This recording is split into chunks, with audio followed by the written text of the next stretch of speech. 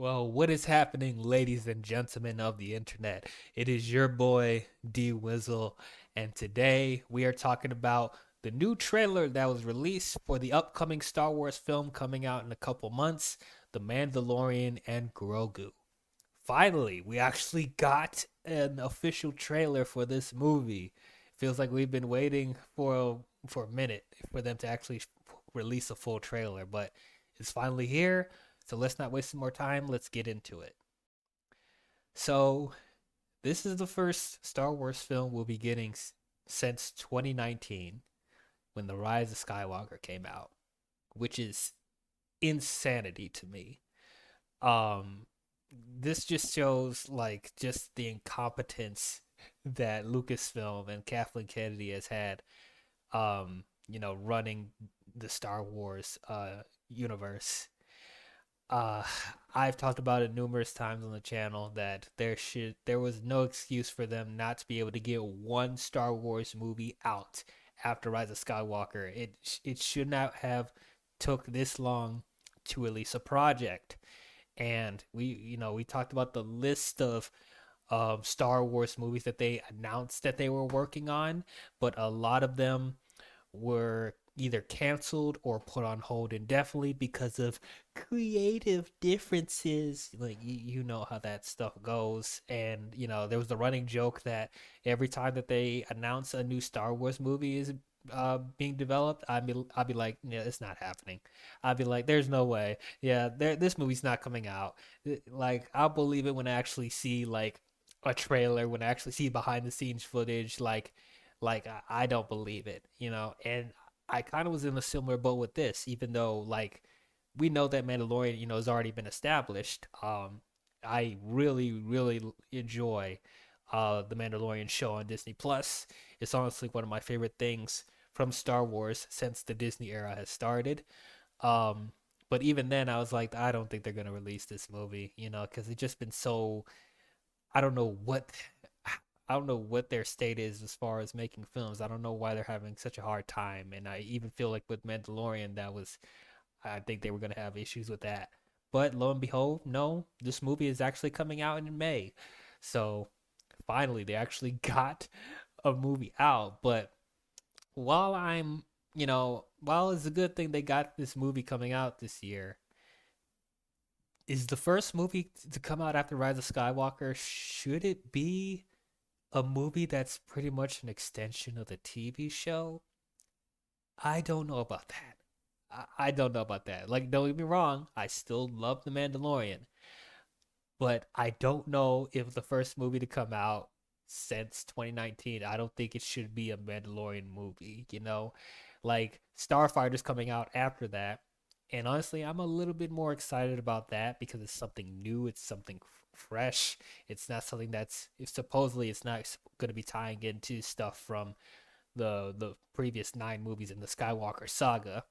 And once again, like Mandalorian, like it's an extension of the TV show. So are you going to assume that people have already watched the show if you're going to see this movie, or is it going to stand on its own? And I doubt it is going to stand on its own because Star Wars is starting to become a little bit like Marvel, where they're trying to have all their stuff like be interconnected in some way, shape, or form.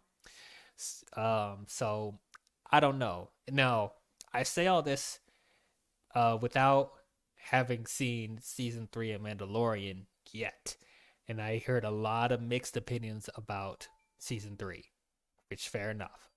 I do plan to watch season 3 before Mandalorian and Grogu comes out, and we'll see it how it changes my expectations going in. But I don't know. Even so, even if I haven't watched it, even if I did watch it and ended up liking season 3, I don't think them releasing this as the first Star Wars project, I don't know if that was a good idea. But that's what they decided to do. Now, as far as the marketing for Mandalorian and Grogu, I have not been impressed. I gotta say this, like not only with Star Wars, but with Marvel and even a couple of the Disney traditional Disney films and Pixar, something has been really off with their marketing. I don't know who's in charge of all the marketing for these films that Disney's releasing, but uh, they are doing a piss poor job. Like, I'm not impressed with the marketing for Avengers Doomsday. There's a couple of Pixar Disney movies I've seen trailers for that aren't that great, like Toy Story 5, pretty much non-existent. Um, I heard, Zootopia 2 still ended up being successful, but the marketing for that wasn't that great either. Probably the best marketing push that Disney is doing so far is Hoppers. I'm not even kidding. Like, it feels like, as far as trailers, they seem to be the most consistent with Hoppers for some reason. I don't know why, but yeah, the trailers for Mandalorian and Grogu have not been great. The first teaser didn't do anything for me. That pretty much looked like a trailer for another season. Like, if you told me that this was showing what's about to come for season 4, I would have believed you. Like, there was nothing really cinematic about that teaser. It didn't tell me anything about the plot. It looked like Mando and Grogu just going through the typical adventures that they did in the previous seasons. So I don't know. Once again, I'm just like, this is not proving to me why this needs to be a theatrical release. And then we had the infamous Super Bowl trailer, which was not even much of a trailer. It was like borderline a Budweiser parody dressed up as a Star Wars TV spot. Um, was not a fan of that at all. I can't believe they wasted money on that, and that horrible Levi's Toy Story 5 spot they did, but they chose not to market Avengers Doomsday or Spider-Man for some reason. But I digress about that. So at this point, I'm like, I don't think you're doing a good job bringing new fans in to this movie for people that have not watched the show, because you can't assume that everybody has seen the show. So, like, I was expecting them to wait to release a trailer like for another month or so. Since they already had a teaser and a Super Bowl thing, they didn't have to release another trailer. But lo and behold, we got the trailer now, out of nowhere. I mean, I think they announced the day before, just out of nowhere, like, yeah, there's gonna be a new trailer tomorrow. So it's like, okay, great. I'm gonna get a full trailer. Hopefully, this will leave a better impression for the movie. It gave me a little bit more of an indication of what the movie is about. So sitting down and watching this trailer, I thought it was pretty good. It's a good trailer. Definitely, this is what they should have started out with. I get more of the vibe of, the movie, the tone. You get a little hint of what the movie could be about. You see a lot more action in here. You see a lot more of the visuals. And okay, so I still am not 100% sold that this is a theatrical, like, scope. Like, it doesn't feel that different from the show, but there are certain shots and certain set pieces I'm seeing in the trailer that looks movie quality. So I think they upped the budget a little bit, but there's still some shots that does feel like it still feels like the TV show. So the jury's out on that overall. But yeah, overall, I thought the trailer was good.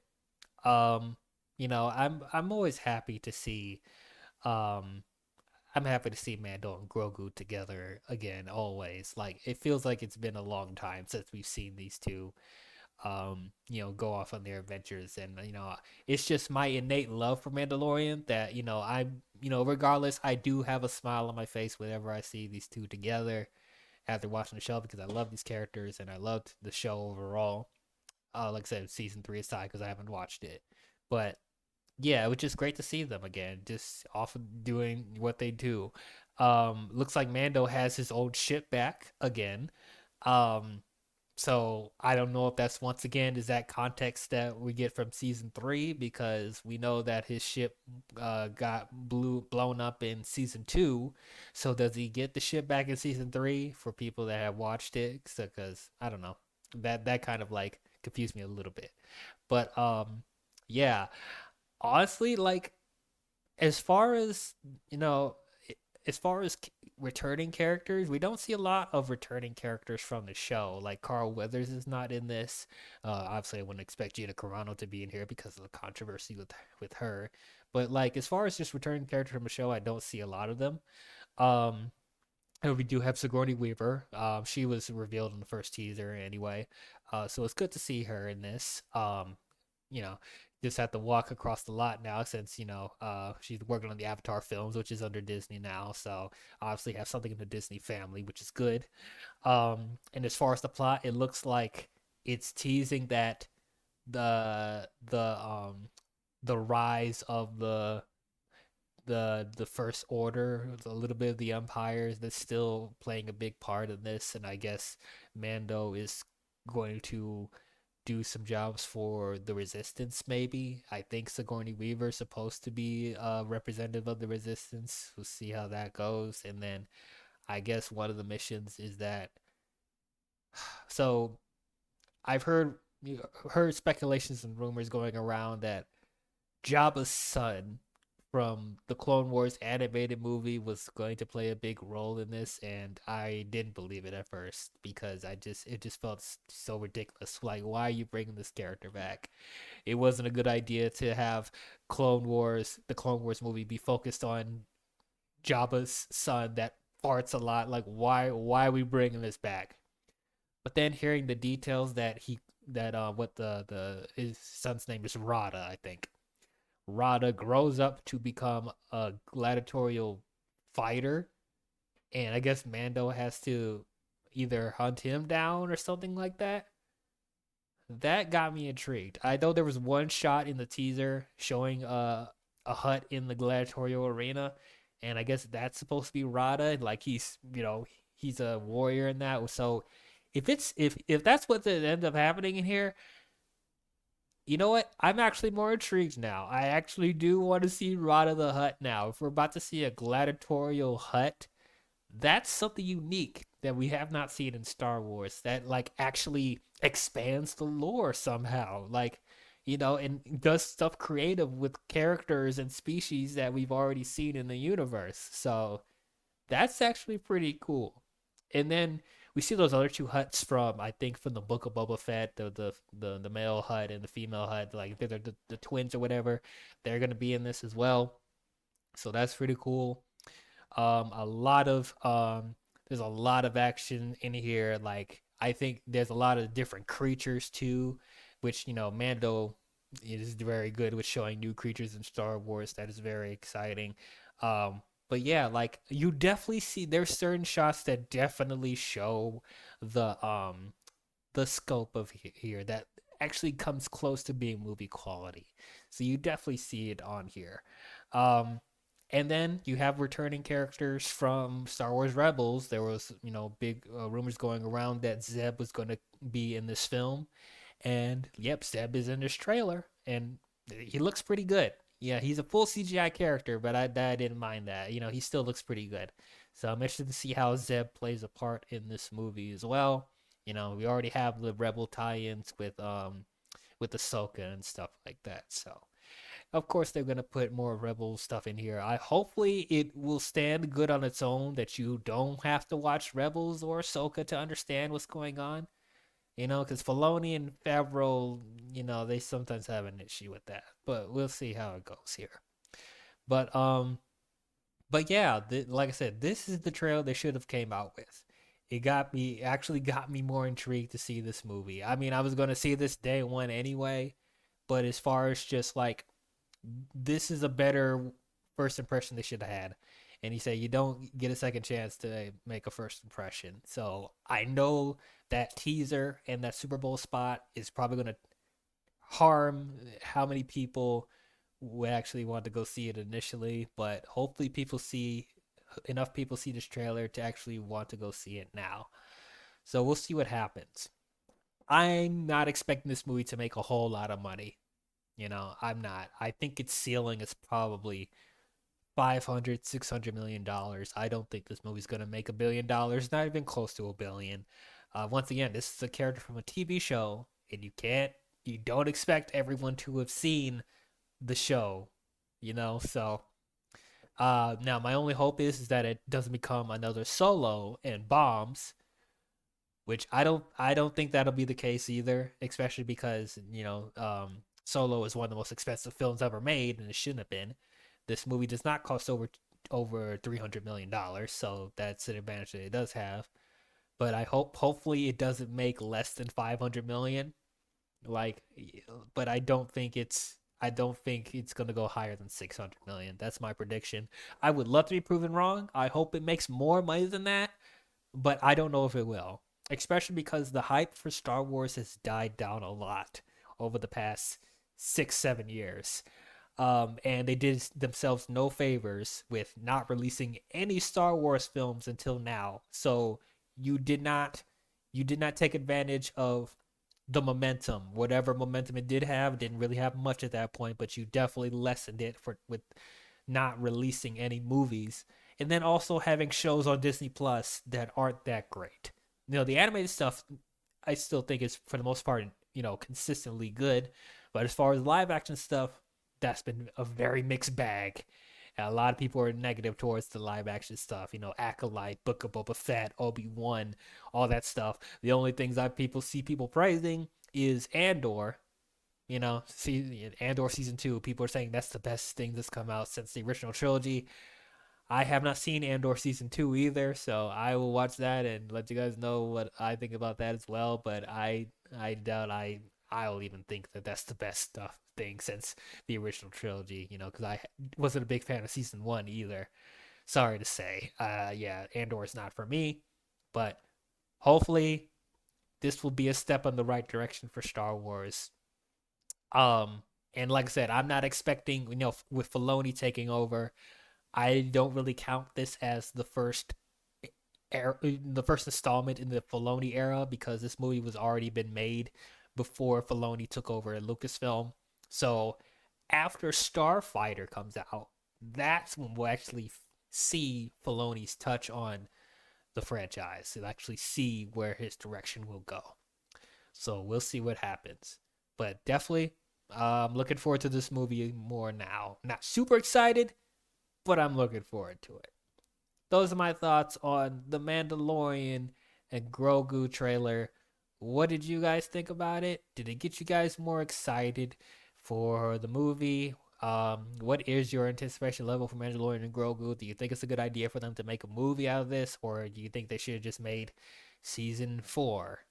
Um, do you think this is the how well do you think it's going to do at the box office? Because like that's been a big debate across the fandom as well. How well do you think it's going to do financially, and where do you see it being critically? Do you think Mando is a good enough character? Mando and Grogu are good enough characters to be in film or just stay on TV? Do you think this is going to be the last we'll see of Mandalorian and Grogu? Actually, I don't think this is going to be the last thing, which is also very confusing because like you're going to release this movie, but then I hear that they're still going to do a season 4 after that.